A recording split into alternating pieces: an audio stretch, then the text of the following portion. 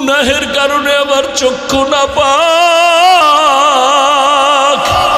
এরে যুবক, নিজের দিকে তাকাইয়া দেখ, জীবনে কত গুনাহ করেছো।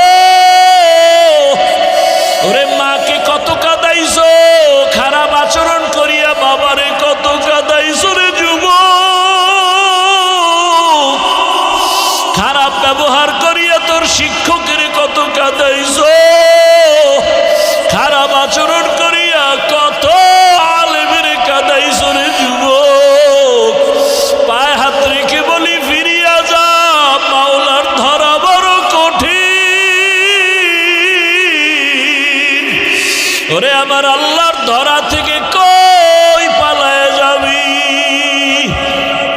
দুইটা পায়ে হাত রেখে বলি, মানুষ হওয়ার চেষ্টা করো রে বাবা। রসুলের আদর্শ ছাড়া কোনোদিন মানুষ হওয়া যায় না।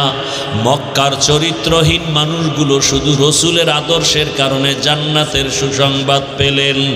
নবীর আদর্শের কারণে বেলালের মতো কত কালো মানুষ দামি হয়ে গেল।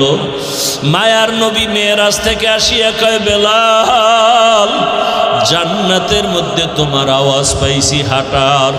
তুমি এমন কি আমল করো? ইয়া রাসূলুল্লাহ, তেমন কোন আমল করি না, তবে আমার মনে বলে একটা আমল আছে, সব সময় করি, ওযু করিয়া 2 রাকাত নামাজ আদায় করি।